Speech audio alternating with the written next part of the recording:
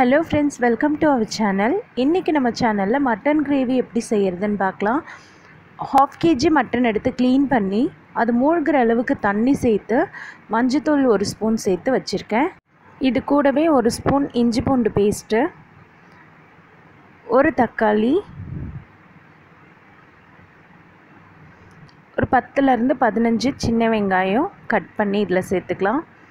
கொஞ்சம் உப்பு இதெல்லாம் சேர்த்து ஒரு 4 ல இருந்து 5 விசில் வரைக்கும் வேக வச்சு எடுத்துக்கலாம். மட்டன் வேகட்டும்.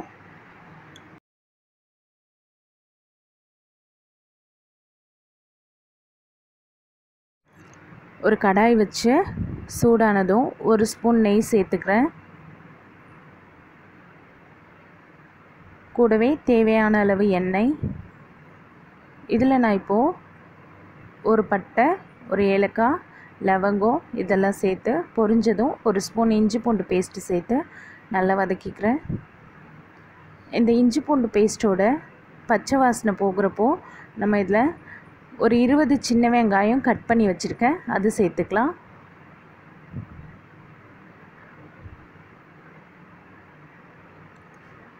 வெங்காயம் நல்லா வதங்கி அதோட கலர் லைட்டாக சேஞ்ச் ஆகிற டைமில் நான் எடுத்து வச்சுருக்கேன் 4 தக்காளி, கட் பண்ணி வச்சுருந்த 4 தக்காளி இதில் சேர்த்துக்கிறேன்.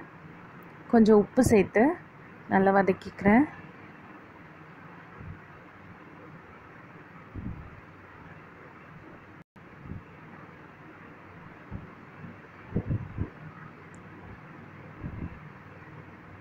கூடவே இதில் கருவேப்பிலை சேர்த்து வதக்கிக்கலாம்.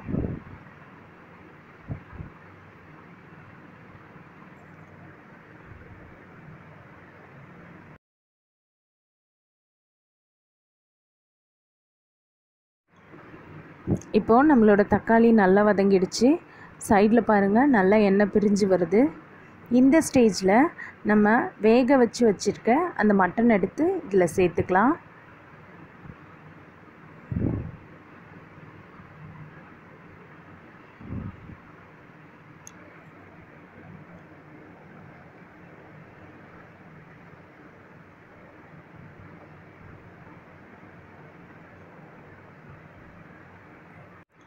இதில் நம்ம தேவையான அளவு மிளகாய்த்தூள், 1 ஸ்பூன் அளவுக்கு கரம் மசாலா சேர்த்து நல்லா கலந்து விட்டுக்கலாம்.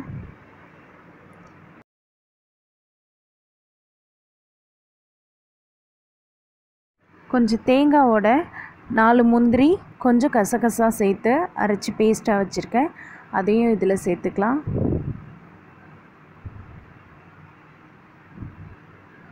ஏற்கனவே நம்ம உப்பு சேர்த்துருக்கிறதுனால இதுக்கு தேவையான அளவு மட்டும் உப்பு சேர்த்துக்கோங்க. இந்த கிரேவி நல்லா கொதித்து சுண்டி வரட்டும்.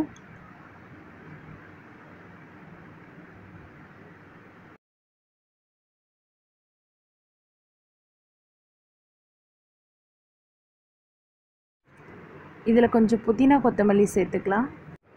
கிரேவியில் நல்லா எண்ணெய் பிரிஞ்சு வந்துடுச்சு. இப்போது நம்மளோட மட்டன் கிரேவி ரெடி ஆகிடுச்சு. இந்த ரெசிபி உங்களுக்கு பிடிச்சிருக்குன்னு நினைக்கிறேன். பிடிச்சிருந்தா ட்ரை பண்ணிவிட்டு எப்படி இருக்குன்னு கமெண்ட்டில் சொல்லுங்கள்.